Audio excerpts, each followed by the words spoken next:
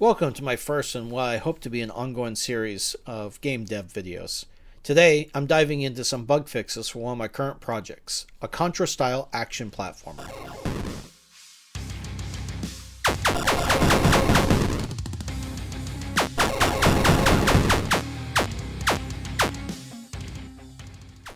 Okay, so let's take a look at our first bug. I've turned on the debugging collision shapes so you can see here when we go left, we don't have the collision shapes following us, both the hitbox and the collision shape. It's causing a problem also when we try to shoot up because the box doesn't follow, so we're shooting to the right of where our player actually is. Okay, let's take a look at this here and see what we need to do. First thing I've done is I've muted my audio to hopefully make it so when we look at the game it's not going to be so bad. The other thing I've done is I've left on the visible collision shapes so we can see all this stuff. So let's take a look here, and I'm using an imported script. It's called the Ultimate Platformer Controller. Really great script that you can get in the Godot marketplace. It includes a whole bunch of nice tweaks so you don't have to worry about creating your 2D platformer yourself. You can just assign different stuff in it. It works great, saves you a lot of time, but it is somebody else's code that you're going to be working with, so there's going to be a lot of stuff that you have to work around, and it doesn't follow the same logic that you have because it's not yours. So let's take a look here and let's find, we're going to need a reference to both our collision shape and our hitbox because those are the two things that need to switch. And so down here, I've got our on readies. We've already got the hitbox. Let's go ahead and bring in that collision shape. We'll put that in here. So we'll copy this. And then we're going to go down to the process function. And this is where we have the right hold. This is where we're going to the right. And you already see the animation is scaling to the right. Ideally, the way I would do this is I would flip the entire player entity left and right and using the scale X of the player. But because I'm using the Ultimate Player Controller, it creates a lot of unnecessary bugs. So what we're going to do instead is we're going to take the collision shape 2D.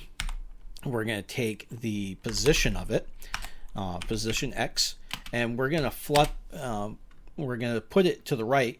It's in a good spot right now. And if we look at the transform of this, you can see right now it's at 8 pixels. So we're going to set that position here. And then the other thing we need is we need the hitbox dot. And this one, it works pretty good because this one's set with a 0. So we're going to just use scale.x, and we're going to set the scale to animation.scale.x. And we'll take and copy this because this is for the right. We're going to apply that here to the left. And because now we're going to the left, we're going to do -8. And this will actually set it to the animation scale X that we've already established up here, which is the negative value. So now if we run this and we test it, we should see our collision boxes, the hitbox, moving to the left. So let's see here. Let me pull this back over. And you can see when we flip, great. So our hitbox and our collision box is now flipping. We do still have a problem, though. When I shoot, you can see the bullets are not coming from the right spot. So let's go ahead and fix that right now. And that one's actually fairly easy to fix. So what we just need to do is to go back over to uphold right here. And you see we have the position.x equals 9. We could just flip it and just do, if it's looking this way, we'll do -9, or we can just times it by the animation scale, scale.x. And that should fix this problem. So let's go ahead and run that and just double check. Drag that window back over here so we can see everything.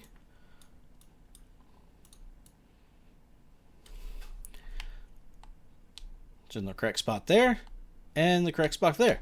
There we go. Okay, so our first bug has been fixed and things are shooting in the right direction. Okay, let's take a look at the next bug that we have here.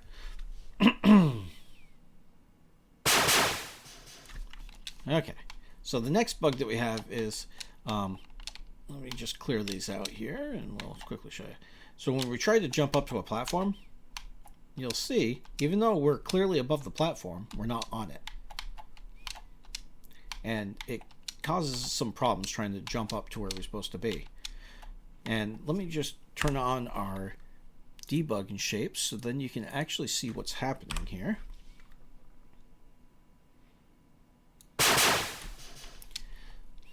So if you take a look at how we jump up here, oops, take that guy out. So what's happening here, because these are one-way platforms, you can see that our collision shape, because it's not going all the way above the platform, even though our animation clearly shows our player above it, it's not working out properly for us. So what we're going to have to do is we're going to solve this in a very creative way. So what I'm going to do is I'm going to come back here to the 2D of the player. We're going to add in a new child node, a new collision shape. And we're going to call this, I'm going to call this jumping, or jump collision shape 2D. Oops.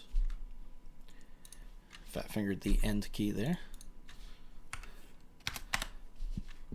And for the sake of easement, we're going to just do rectangle. We could do a circle, but I'm going to do a rectangle. And then what we want to do is we want to move this.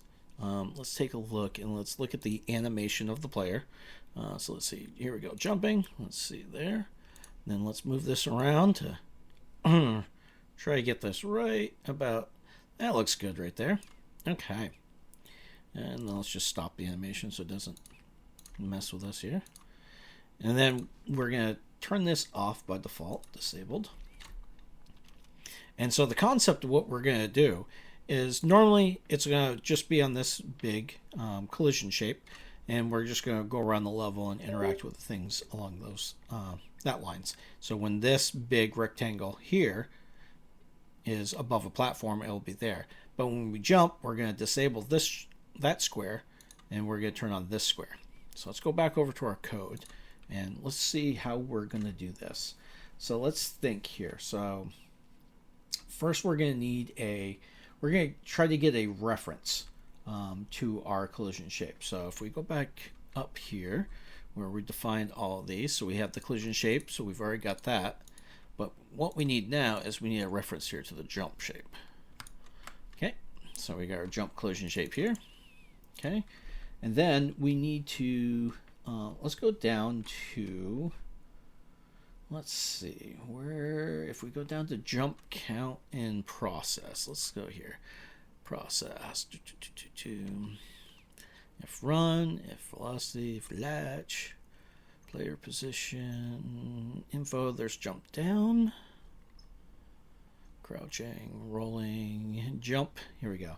If velocity is greater than 0, okay. So let's see here. That's not what I want. I want to do, where's the jump count? Jump equals 1.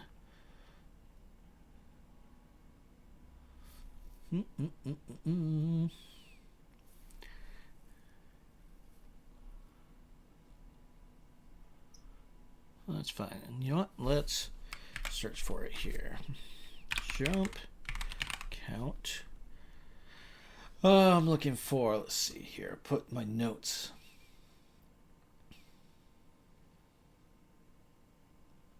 Jump count is greater than 0. Here it is. And the player is not on the wall.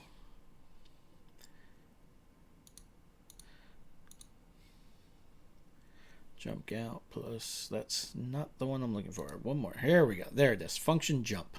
That's where I wanted to be. Function jump. Okay. So if we go into the jump function, and we have here, you know, if it's allowed to jump, okay, jump is greater than 0, we're going to take out the jump count. And then what we want to do here is we want to take the collision shape, we want to take the disabled property, and then we're going to set that equal to false. We're going to turn it on first.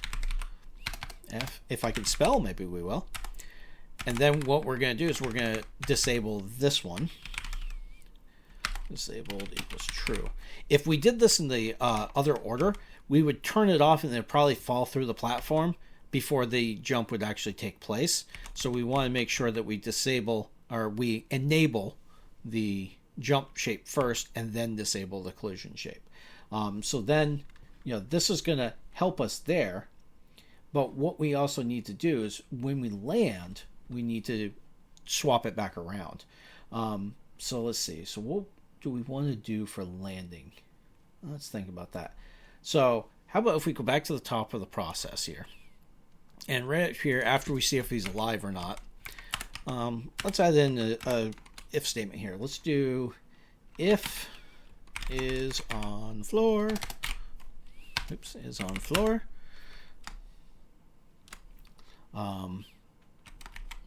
Oops, clone.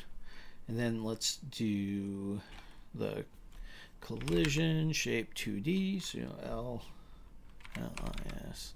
There we go. Dot disabled equals false. And then let's do the jump collision shape dot disabled equals true. Okay. So then what this will be is if he's on the floor, we swap it back around. Problem with this is, let's go ahead and run this and I'll show you what the problem here is going to be. So if we come over here and we try to jump up on top of something, it doesn't work very well. Boom, boom. You can see it's clicking as soon as it hits, but then it's falling. And the reason for that is this is on floor is running every single process frame.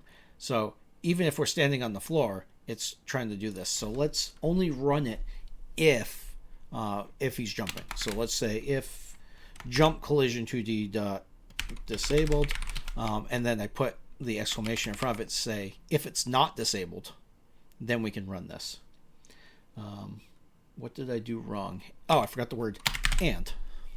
There we go. So if they're on the floor and jump collision 2D is not disabled, then execute this. So this should resolve that part of the problem. So let's take a look here. And let me bring our gameplay screen over here. Get these guys out of the way here. And we're still glitching the same thing. So we still have a problem. But this one is, if you look, you can kind of see what the problem is these are one-way platforms. So we need to make sure that the player is still above it when we turn back on the other thing. So what I'm going to do is just going to slightly fix this, and we're going to take the position of the player .y, and we're going to plus equals, and then we're going to move it up by 25 pixels. So let's go ahead and try that.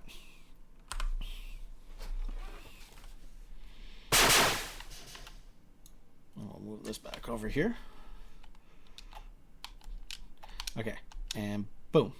And you can see now it's working. It looks very janky when we have the collision shapes on. But let's go ahead.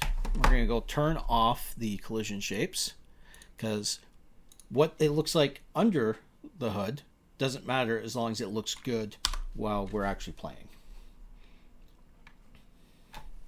So let's go ahead and move this back over. The downside of doing all this on an ultra wide monitor. So if we go over here and look, it is a little bit janky, but we appear at the right spots. So we might have to tweak just a little bit just to make it look good, but overall, we have solved the problem, especially when we get to later in the levels where we actually have to do a little bit more platforming. So if we come down here, we can actually jump to where we need to be now, whereas before it was not clearing the level. And that's it for today. Fixing bugs like these is part of the journey, and it feels great to see things come together. If you enjoyed this and want to see more of my game dev projects, don't forget to subscribe. Thanks for watching, and I'll see you in the next one.